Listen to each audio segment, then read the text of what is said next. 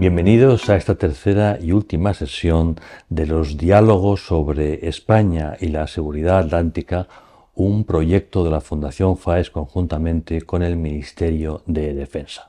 Hoy tenemos como invitado a Nicolás Pascual de la Parte. Nicolás, muchísimas gracias por atender nuestra invitación. Para aquellos que no les conozcan, unos breves rasgos. Diplomático de carrera, de largo recorrido, un especialista en temas europeos y de seguridad. Formó parte del equipo de Javier Solana cuando Javier Solana era Mr. Pesk. A continuación fue representante de España ante el COPS. Entendemos que representante es equivalente a embajador, y COPS es la Comisión para la Política Exterior y de Seguridad de la Unión Europea, el ámbito donde en el marco europeo se trata de seguir todo lo relativo a política exterior, seguridad y defensa. De ahí, en lógica, pasó a ser representante nuestro, de nuevo embajador ante la OTAN, y a continuación ya en Madrid embajador en misión especial para temas de ciberseguridad. Es decir, es un clásico europeo, no solamente español, una persona muy conocida y reconocida en el ámbito de la seguridad internacional y de la defensa. Por eso, Nicolás, gracias de nuevo, y sobre todo queríamos repasar contigo lo que está haciendo este supuesto despertar europeo ante un entorno de seguridad y defensa distinto.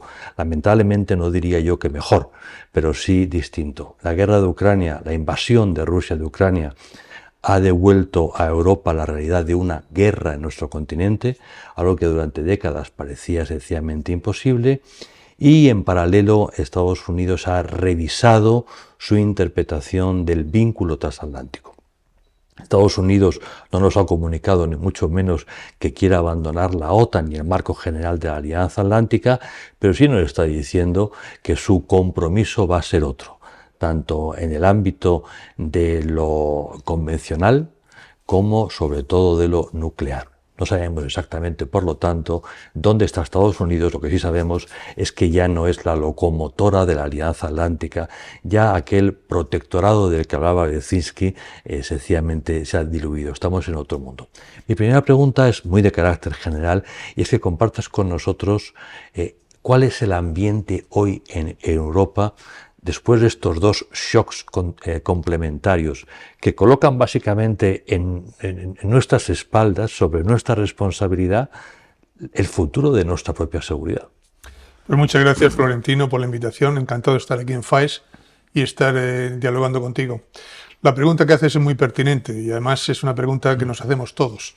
¿Qué hacer en la situación actual de coyuntura de crisis en Europa?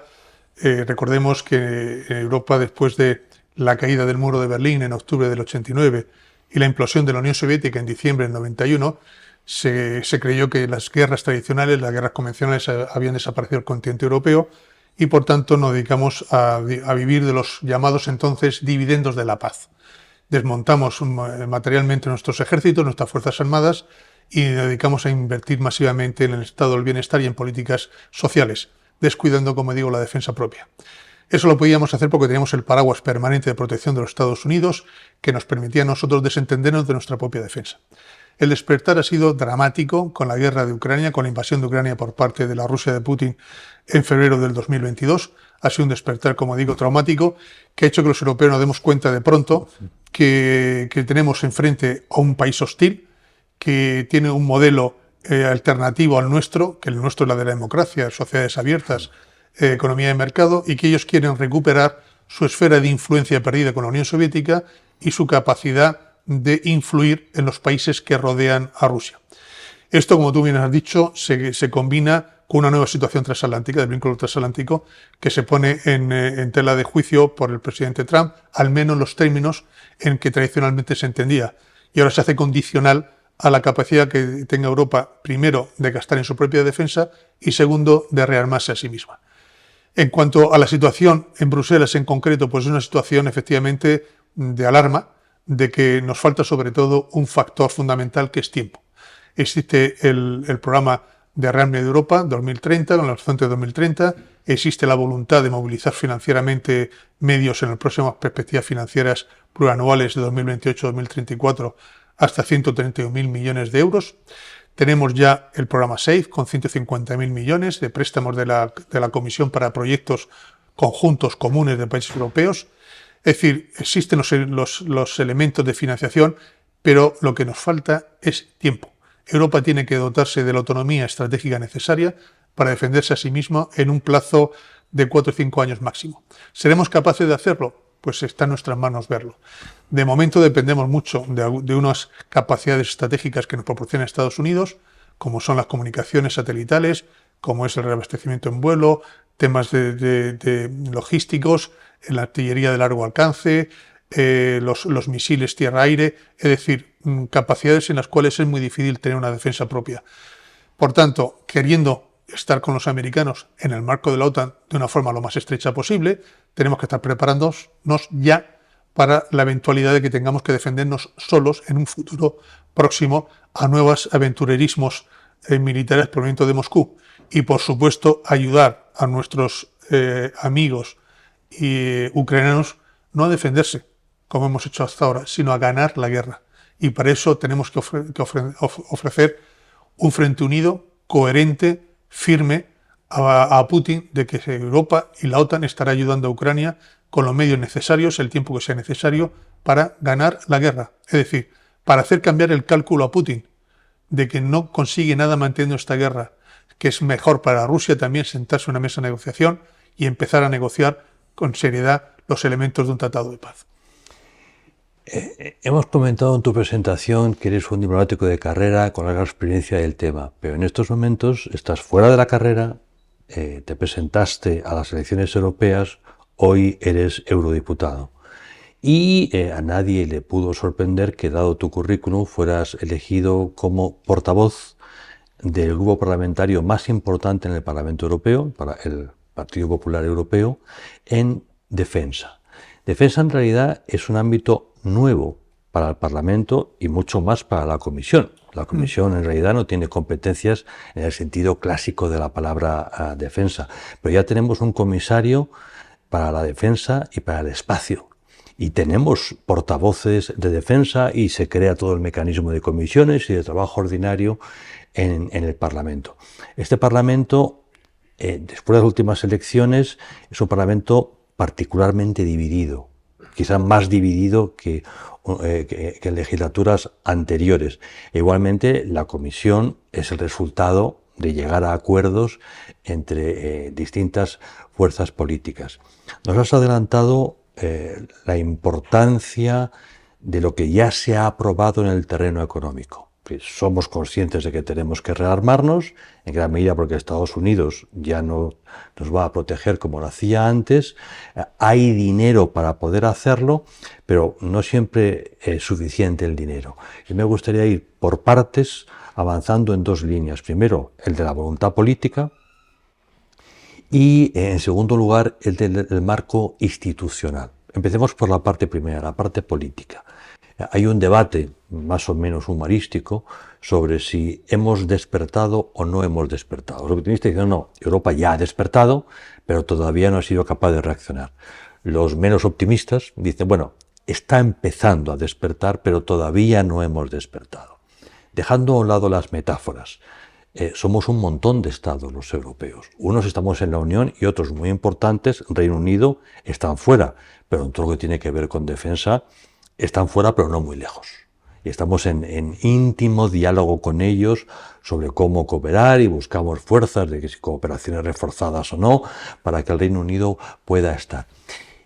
Tú, que estás en el día a día en el Parlamento y por lo tanto estás viendo a gente de países distintos y de fuerzas políticas distintas, ¿cómo valoras el proceso dirigido a finalmente cohesionar a los europeos en torno a su dimensión de seguridad y defensa y, en concreto, qué hacer ante el conjunto de amenazas, riesgos y retos que tenemos hoy día?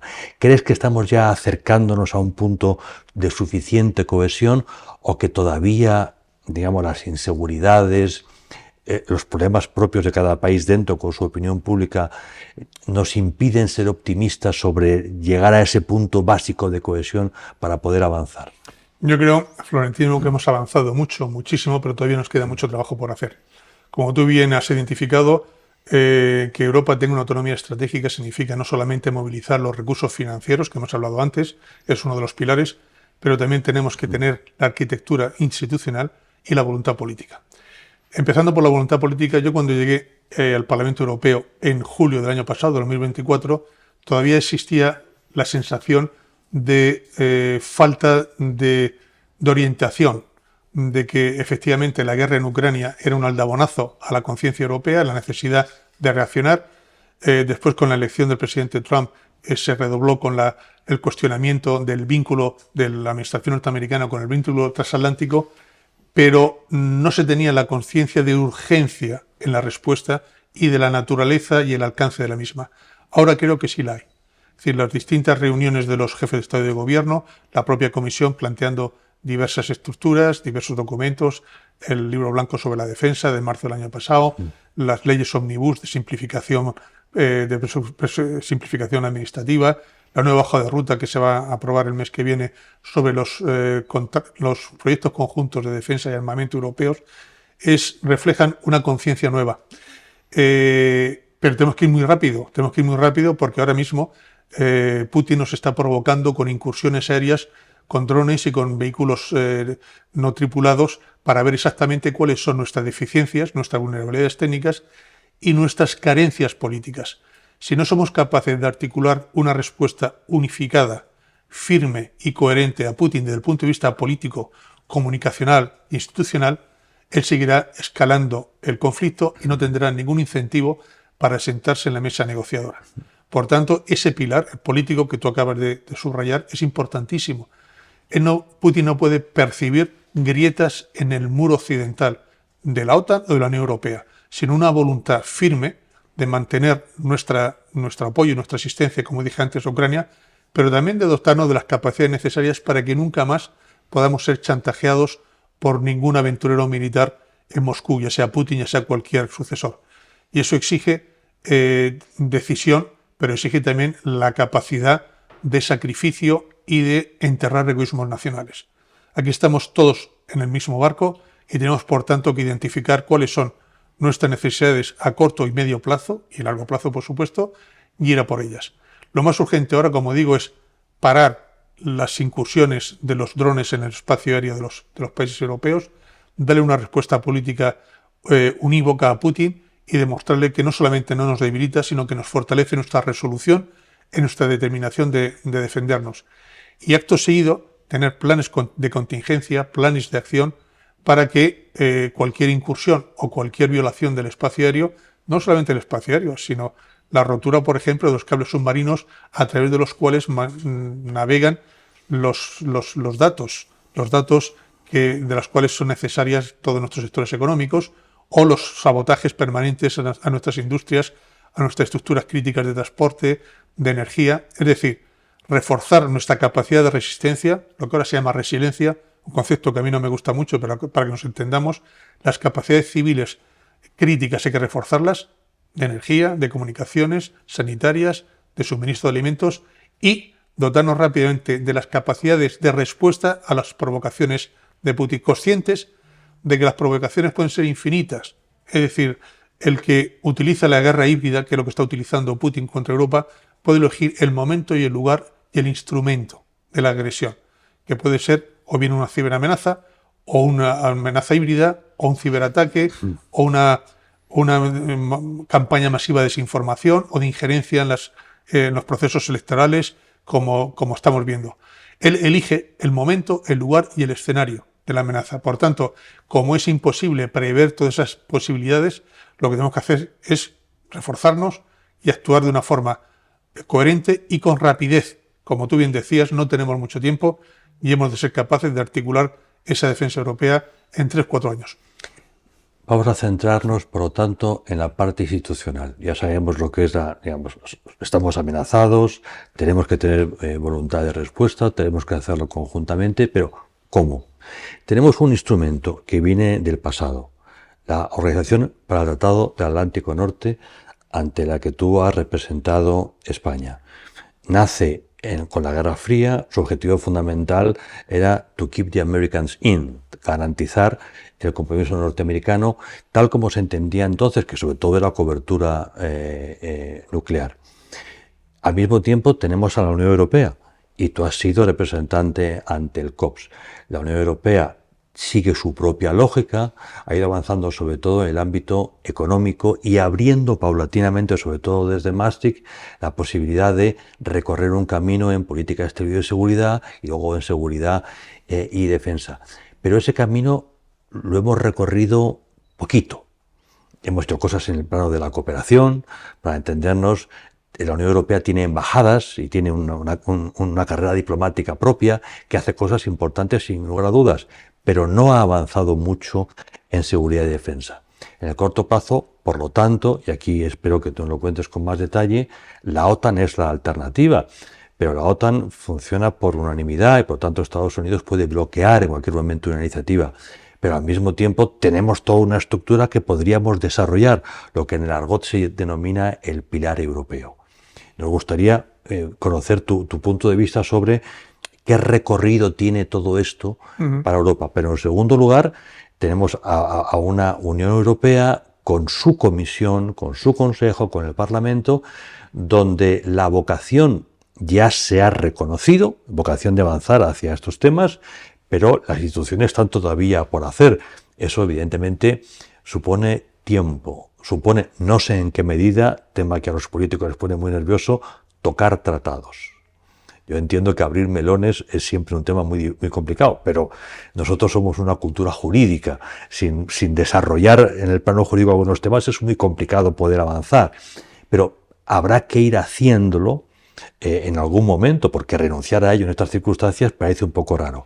¿Cómo ves tú estos dos elementos, estos dos pilares sobre los que Europa hoy trata de ser ella misma y no sé en qué medida en el futuro actor político?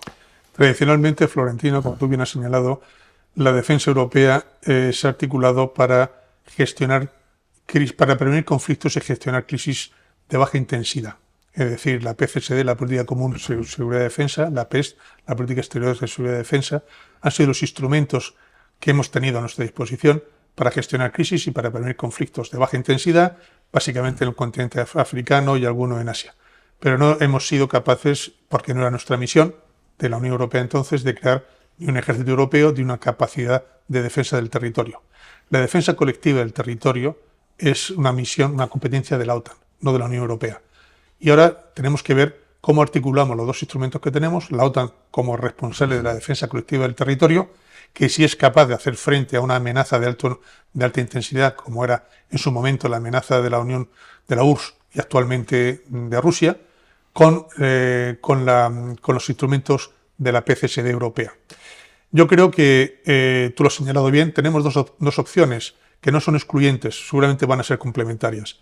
O bien europeizar las estructuras de la OTAN, es decir, dotar a la OTAN de mandos, procedimientos más europeos dentro de la OTAN, por tanto crear un pilar europeo, o crear en la Unión Europea nuestras propias capacidades de mando y control. Es fundamental, si queremos tener nuestra autonomía estratégica, tener nuestro Estado Mayor conjunto. Sin eso es imposible llevar a cabo ninguna operación militar. Es necesario una estrategia, una cadena de control integrada. Sin eso es imposible también llevar a cabo ningún conflicto bélico. Esa estrategia integrada significa homologación y estandarización de los procedimientos de toma de decisiones y, por supuesto, del armamento que se produce, que sean interoperables. Eso está todavía por hacer. Como digo, esas estructuras, ese cuartel general, esos procesos de estandarización, pero tenemos que hacerlos. Yo iría avanzando en ambos caminos. La creación de esas estructuras en Europa y al mismo tiempo europeizando en lo posible las estructuras de mando y control de la OTAN para el evento en que en el futuro los Estados Unidos no quieran o no deseen participar en conflictos en los cuales Europa se ve involucrada. Por tanto, vayamos adelante con lo que ya tenemos, que es la OTAN, que tiene procedimiento de toma de decisiones, estructura de mandos, capacidad de planificación y de fijar objetivos de capacidades testados y muy eficaces, y al mismo tiempo dentro de la Unión Europea desarrollemos nuestras propias capacidades para el evento de que tengamos que responder con medios y con recursos exclusivamente europeos. Sobre esto último, ¿cómo ves el futuro de la relación entre el Reino Unido y la Unión Europea? Bueno, el Reino Unido, como sabes, hace poco que firmamos con él, la Unión Europea con el Reino Unido, un acuerdo de partenariado en temas de seguridad y en temas de defensa. El Reino Unido es un socio fundamental, indispensable para la sociedad europea, porque tiene unas capacidades notables. Antes de abandonar la Unión Europea, el 25% del gasto en defensa correspondía al Reino Unido. Aparte de eso, tiene una comunidad de inteligencia muy eficaz, tiene un servicio diplomático contrastado, muy bueno, y tiene muchas capacidades necesarias para la defensa común. El Reino Unido, a su vez, está muy interesado en acercarse lo máximo a las estructuras europeas de defensa, sobre todo a los fondos europeos que van a posibilitar la financiación de proyectos conjuntos, en los cuales de hecho ya participaba en el Reino Unido cuando pertenecía a la Unión Europea a través de la PESCO, a las asociaciones voluntarias de desarrollo de proyectos comunes. Una vez que se salió fuera, sigue teniendo una vinculación de conocimiento y operativa con los proyectos PESCO en los cuales participaba antes.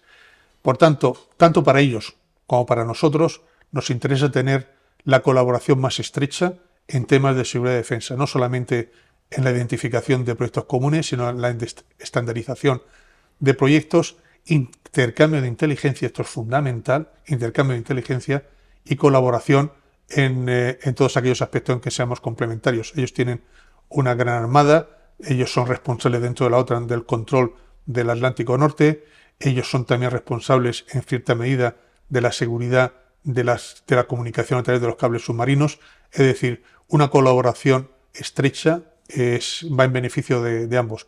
Y espero y deseo que ese acuerdo que se ha firmado hace unos meses desarrolle todas sus capacidades y virtualidades muy pronto. Recientemente, la presidenta de la Comisión, la señora Ursula von der Leyen, en sede parlamentaria, declaró que Europa estaba en guerra híbrida.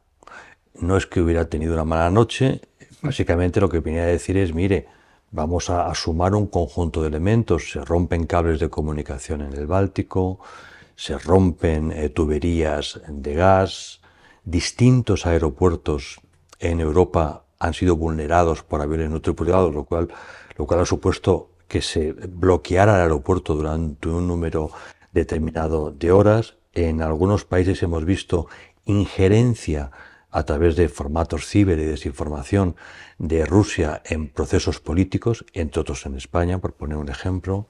Vemos como factorías de armamento en distintos lugares sufren accidentes, aquí y allá. Es un conjunto de elementos, más allá de que lo más evidente, aviones no tripulados invaden determinados territorios, que nos hace pensar que hay una agresión, pero es una agresión híbrida.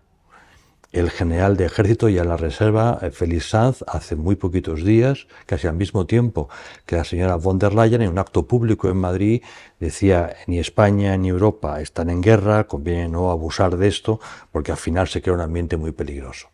Personalmente no creo que haya ninguna contradicción entre von der Leyen y Félix Sanz, si se entiende lo que quiere decir guerra híbrida y guerra en el sentido clásico del tema. Lo que sí es evidente es que la población está un poco perpleja porque pasan cosas que no pasaban antes, se hacen declaraciones muy enfáticas en sede parlamentaria o en actos públicos y al final hay una cierta desazón en la opinión pública porque por una parte hay inminencia de guerra, por otro lado no está nada claro que seamos capaces de defendernos. ¿Cómo percibes tú esta tensión en estos momentos y sobre todo el papel de un Parlamento hacia el ente soberano, es decir, ante las naciones que os envían allí para fijar una posición común? Yo creo, básicamente, no es que yo lo crea, yo creo que es evidente para cualquier observador que Rusia ha declarado la guerra a Ucrania con la invasión en febrero de 2022 y que Europa nos trata de estabilizar lo máximo posible para tratar de que nuestros recursos sean utilizados para defendernos a nosotros mismos y no prestar apoyo y asistencia militar y financiera a Ucrania. Por tanto, estas incursiones aéreas en el espacio aéreo europeo por parte de drones y vehículos no tripulados, hay que insertarlo en esa nueva estrategia de Putin de desestabilizar a los países europeos, de hacer que el coste sea superior y creciente y de desanimarnos en seguir apoyando a Ucrania. Por tanto, la respuesta tiene que ser justo la contraria de la que espera Putin. Tenemos que dotarnos de esas capacidades para repeler, primero para identificar a tiempo, después para repeler y responder a esas incursiones de los drones. No es fácil porque no existe un sistema antidrón que garantice esa seguridad, ni siquiera la que tiene Israel, esa cúpula dorada, ha sido capaz de evitar que entrasen, por ejemplo, misiles provenientes de Irán en la última confrontación que tuvo. Si utilizas además la táctica de la saturación, es decir, de enviar miles de baratos drones, es prácticamente imposible acabar con todos ellos. Algunos entrarán siempre a través de cualquier escudo que se trate de establecer, pero es claro que una de nuestras prioridades absolutas es dotarnos de un escudo antidrones. Ya existe lo que se llama la decisión de crear ese escudo en el este de Europa para cubrir en una fase inicial a los países del este y del centro de Europa, pero no estará disponible como mínimo hasta dentro de un año, 18 meses. Hasta entonces hemos de ser capaces de protegernos de estas incursiones. Y para eso tenemos que tener varias cosas. Primero, un protocolo común de respuesta. No vale que cada país responda de una forma, que uno los abata, que otro no los abata, que unos sean capaces de disparar contra ellos, que otros no sean capaces de disparar contra ellos, y más sobre todo si estamos hablando ya no tanto de drones, cuanto de jets, cuanto de aviones de caza militares rusos. Ahí tenemos que tener claro cuáles son las reglas de enfrentamiento colectivas, comunes, y no que cada país decida las suyas. Eso por un lado, la homogeneización en la respuesta militar. Después, la firmeza en la respuesta política. Es decir, a esa provocación permanente de estabilización política de Putin, ofrecer un frente unido, tanto en el seno de la Unión Europea como de la OTAN, sin grietas y sin salvedades por parte de nadie. En tercer lugar, mostrando solidaridad entre todos nosotros. Ahora son atacados nuestros aliados en el este de Europa, en el norte y en el este de Europa, pero mañana podemos ser atacados nosotros en el sur de Europa, o en el suroeste o en el sureste. Por tanto, aquí tenemos que mostrar solidaridad en todo momento. Y en cuarto lugar, tratar de que todo esto nos ayude a movilizar también a la opinión pública y explicar claramente cuál es el estado de la situación en la que estamos, que no es una guerra declarada con Rusia, sino que es, como bien se ha señalado, una amenaza híbrida en la cual el atacante controla la potencia, el momento, el lugar del ataque, y el atacado no sabe exactamente cuál es el objetivo, el propósito, la naturaleza y la intensidad del ataque. Y por tanto, articular una respuesta proporcional es muy difícil. Pero insisto, tenemos que actuar en esos tres frentes, en el militar, en el de comunicación, en el político y en el de solidaridad.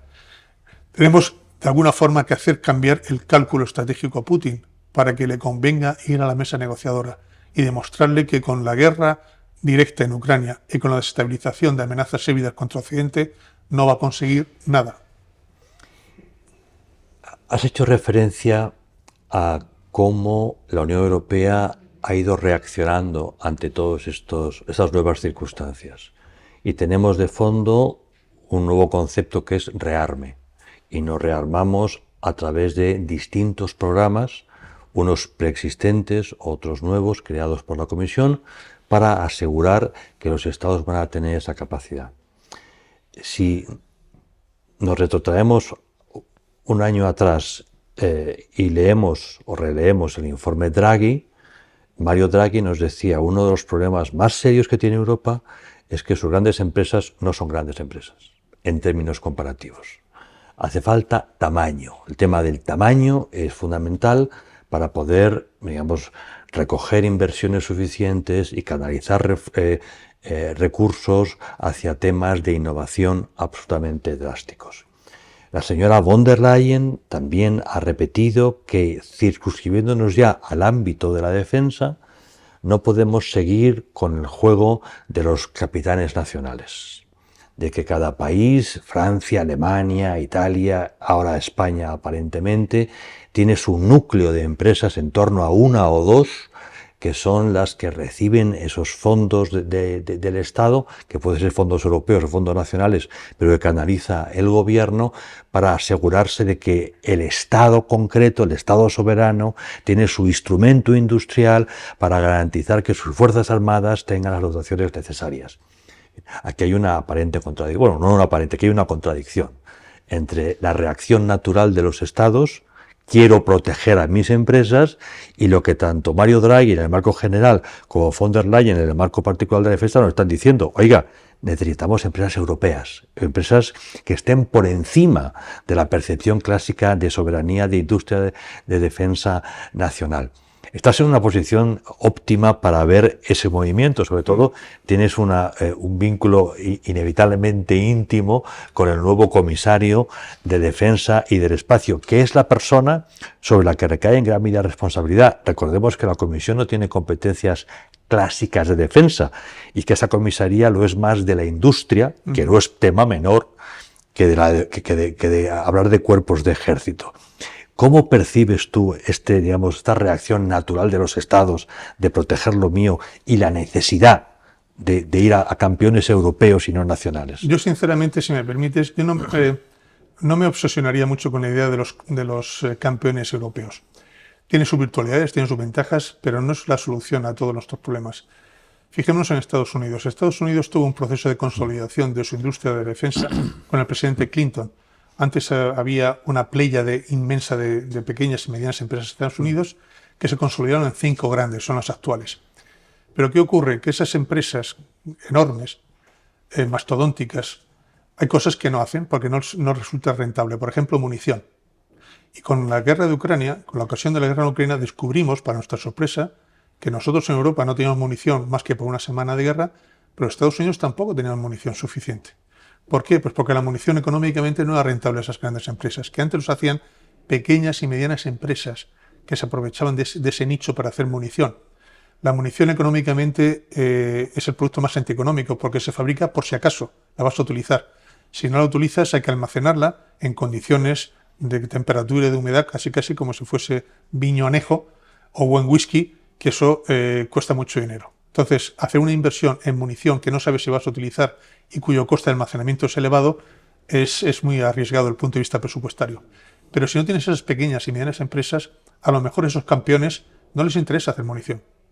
Entonces, con lo que quiero decir con esto es que es necesario tener nuestras grandes empresas europeas para competir en el mercado internacional, con las americanas, pero también con las chinas y con las rusas, por supuesto, pero que eso no es incompatible con tener nuestra red de pymes, de pequeñas y medianas empresas que elaboren servicios y productos en esos nichos que no son interesantes para los grandes campeones nacionales. Esa es una idea. La segunda es que, efectivamente, más que campeones nacionales, necesitamos campeones europeos. No tiene sentido que cada país tenga su campeón nacional porque no tiene dimensión global necesaria para competir. No tenemos ninguna compañía de telecomunicaciones para competir, ni de datos, ni de nube para competir con las norteamericanas. Y por tanto, eso es algo que tenemos que ver. Pero no con el objetivo de tener tamaño per se, sino con el objetivo de ser competitivos para atender las necesidades europeas, las europeas. Eso, como digo, va a exigir muchas cosas. En primer lugar, una cooperación entre la industria europea. El programa SAFE que hemos hecho alusión antes incentiva los proyectos conjuntos comunes para la financiación europea. De hecho, no financia proyectos nacionales ni programas nacionales, sino internacionales dentro de la Unión Europea. Pero es que también hay que tener en cuenta que esas empresas necesitan una demanda permanente. A fin de cuentas, la industria del armamento responde en Europa, que son industrias privadas, no en China, no en Rusia, que son industrias públicas y por tanto obedecen a dictados del gobierno de turno. En Europa y en Estados Unidos, la inmensa mayoría de las empresas de armamento y de material son privadas y por tanto tienen que tener la seguridad de una demanda. Esa seguridad de una demanda solamente se la puede dar el único consumidor, que son los Estados. Por tanto, hay que poner contratos sobre la mesa, contratos a medio y largo plazo. Una vez que haya esa demanda, las empresas se encargarán rápidamente de suministrar la oferta, pero no al contrario. Por tanto, Vamos a ponernos de acuerdo en proyectos comunes. Existe, por ejemplo, un proyecto muy interesante, una fragata entre España, Francia e Italia, pero existen otros muchos proyectos de drones, de carros de combate, para que, como digo, seamos capaces de presentar a la Unión Europea esas capacidades comunes. Y después hemos de ser conscientes de que España y otros países tenemos unas amenazas no compartidas. La mayor parte de las amenazas españolas son compartidas con nuestros socios europeos y nuestros aliados atlánticos. Pero hay algunas amenazas que provienen del sur que son propias nuestras, no compartidas. Para esas amenazas también tenemos que tener nuestras capacidades. Por tanto, España tiene que dotarse de capacidades compartidas y capacidades no compartidas. ¿Cuáles son esas? ¿Cómo incentivar a los estados a desarrollar esa industria europea de armamento? Es difícil por una sencilla razón, porque no todos los estados tienen industria de defensa. Así como todos los estados tienen agricultura y por eso existe una política agrícola común, y todos los estados tienen comercio y existe una política comercial común o una política industrial, no todos los estados, los 27, tienen una industria nacional de armamento, solamente 6 o 7. Y de esos 6 o 7, no todos tienen capacidad de proyección al exterior, sino todavía menos. Entonces, ¿cómo incentivar la participación de los estados pequeños y medianos sin industria nacional de armamento propia para participar en proyectos europeos? Lo lógico sería identificar esos proyectos en los cuales tengan interés todos. Por ejemplo, el EDIRPA, que era un proyecto de mucho éxito los 2 últimos años, de poner en común las capacidades europeas de adquisición de munición. Todo el mundo vio claro que las economías de escala se hacían si se adquirían material de munición y de misiles a nivel de la Unión Europea de los 27 y no individualmente. Y por eso todos los países participaron y se beneficiaron del EDIRPA.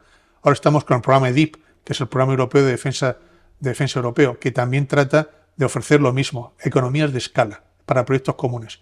Por tanto, identifiquemos en un primer momento aquellos proyectos en los cuales todo el mundo saca un beneficio, es decir, proyectos con incentivos positivos para todos, drones, todo el mundo necesita drones, munición, información, satélites. Ahí van a participar todos los Estados miembros sin ninguna dificultad, porque son incentivos positivos. En una segunda fase posterior pasaremos a otras capacidades que son más peliagudas porque exigen una renuncia nacional. Por ejemplo, submarinos, fragatas, carros de combate. Ahí ya hay que distinguir la división del trabajo, porque no todo el mundo puede hacer de todo. Pero eso sería una segunda fase posterior. La primera, para tener éxito, yo creo que lo fundamental es identificar claramente aquellos proyectos con incentivos positivos para todos, para crear la confianza y la capacidad de cooperación. Una última pregunta, porque el tiempo se nos echa encima y no es una pregunta menor. Desde 1945, la defensa y dentro de ella la disuasión pasa por lo nuclear. Rusia, que ha invadido Ucrania, Rusia, que amenaza a un conjunto de estados europeos, es una gran potencia nuclear. Para nosotros, lo fundamental es convencer a Rusia de que no tiene sentido seguir enredando. Y a eso lo llamamos habitualmente disuasión. Sin Estados Unidos, porque Estados Unidos está, pero ya no estamos seguros de hasta qué punto está garantizando nuestra seguridad, tenemos una potencia nuclear que es Francia, que es miembro de la OTAN y de la Unión Europea, tenemos una potencia nuclear que es el Reino Unido, que es miembro de la OTAN. Ninguno de los dos países tiene un gran arsenal, porque son arsenales pensados para su propia defensa. Y estamos hablando de defender el conjunto de Europa. En Polonia ya hay una reflexión sobre su conveniencia, su interés en tener arma nuclear propia. Alemania está en medio. Alemania tendrá que en algún momento tomar una decisión, y si Polonia da el paso, lo más probable es que Alemania se vea forzada a seguir el mismo camino. Se abren distintas alternativas. Un arma nuclear europea gestionada por la propia Unión Europea. ¿En qué marco jurídico? La Comisión, es el Consejo, ¿quién aprieta el botón? Un arma nuclear francesa extendida, un hipotético papel del arma nuclear británico. ¿En qué momento estamos de la reflexión? Porque lo único seguro es que sin disuasión nuclear nunca podremos hablar de verdad de una defensa europea. Así es. De hecho, yo creo que Putin invadió Ucrania porque ni la Unión Europea ni la OTAN fuimos capaces de crear una disuasión creíble. Si lo hubiésemos creado y él no hubiese invadido Ucrania. De hecho, la vergonzosa retirada de Afganistán de julio del 2021 por parte de la OTAN fue una señal muy negativa que se interpretaría por Putin como que la OTAN era un tigre de papel al retirarse de la forma que lo hicimos en Afganistán. Pero efectivamente, si queremos crear esa fuerza de disuasión creíble, para Putin o cualquier otro líder ruso posterior tenemos que tener nuestra capacidad nuclear propia. ¿Por qué? Pues porque si solamente nos limitamos a fuerzas convencionales, podemos tener el ejército mejor del mundo desde el punto de vista convencional, que lo único que tendría que hacer un líder ruso en el futuro sería escalar el conflicto al umbral nuclear y entonces paralizarnos. Por eso, efectivamente, el arma nuclear tiene que ser parte de la ecuación de la defensa colectiva europea. Ahora bien, ¿cómo articular ese arma nuclear? Francia, entre Francia y el Reino Unido, entre las dos deben tener del orden de 500 ojivas nucleares. El Reino Unido las tiene exclusivamente instaladas en submarinos, mientras que Francia la tiene en submarinos, pero también lo tiene en silos y también en su fuerza aérea. Pero Francia tiene una capacidad nuclear estratégica, no táctica. Entiendo por táctica la capacidad de tener bombas nucleares o ojivas nucleares capaces de ser utilizadas en un teatro de operaciones militar, sin mayores destrucciones masivas. Si solamente tienes la capacidad táctica nuclear a través de misiles, como tiene Francia, tienes que pasar del cero al infinito. Y eso prácticamente te hace que tu fuerza nuclear no sea utilizable. En cualquier caso, vista la situación como es, primero, ¿Europa se tiene que dotar de una disuasión nuclear? Creo que sí. Segundo, esa disuasión nuclear se puede articular en torno a la force de frappe francesa nuclear. Habría que ver. Yo creo que, pero es mi opinión personal, que Europa tenía que dotarse de una fuerza nuclear propia colectiva en torno a la fuerza nuclear francesa, que ya existe, pero con las características propias de credibilidad, de potencia y sobre todo de desarrollo de armas estratégicas y también operativas. Es decir, todo el desarrollo de capacidades. Eso es un debate que está abierto, como tú bien has indicado, en Polonia. En Alemania también se ha abierto.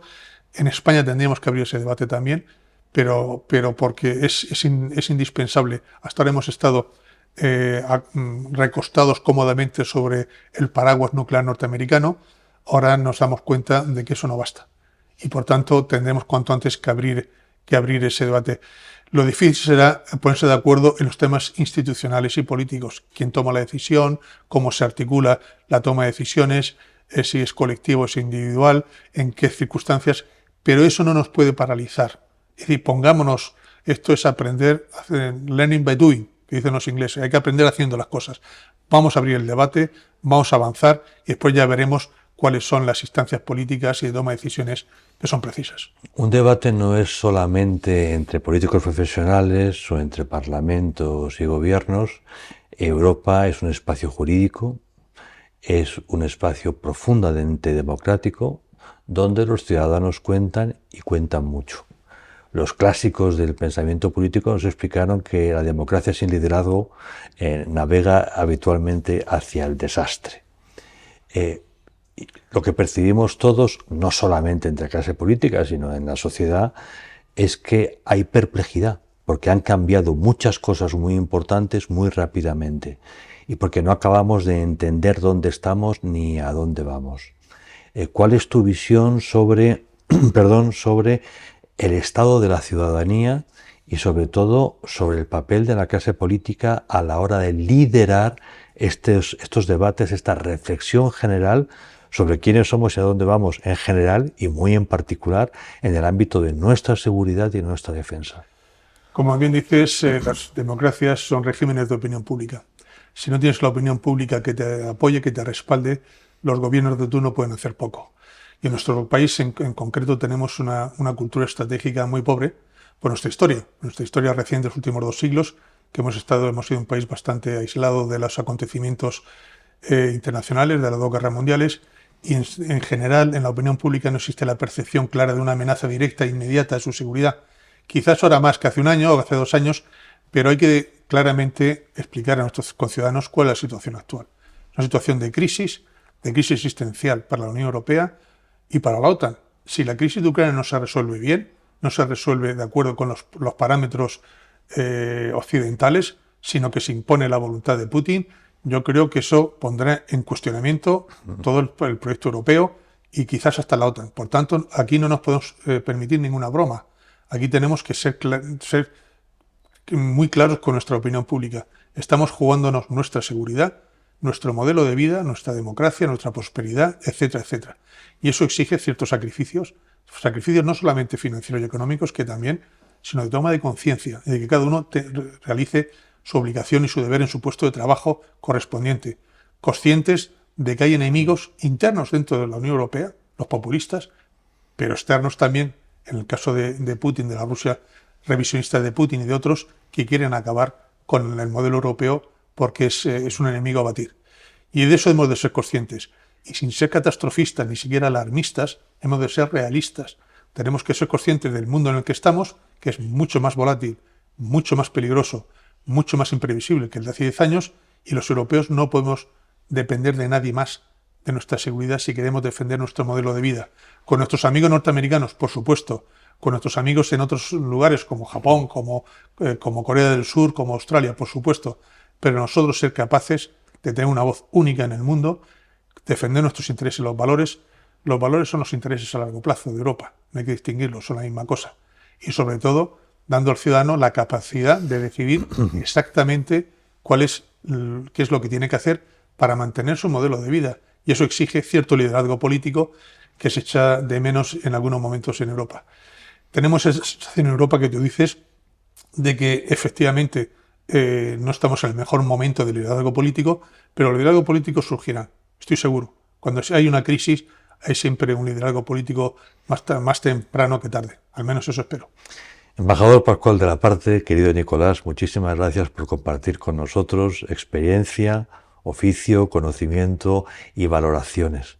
Espero que todos ustedes que han seguido estos 3 diálogos sobre España ante los nuevos retos de la seguridad atlántica hayan no solamente disfrutado de estos debates, sino sobre todo haber podido acercarse a la complejidad, a la realidad del momento en el que nos encontramos, siempre dentro de la necesidad de reaccionar con criterio ante retos muy importantes porque las circunstancias han cambiado radicalmente. Muchísimas gracias.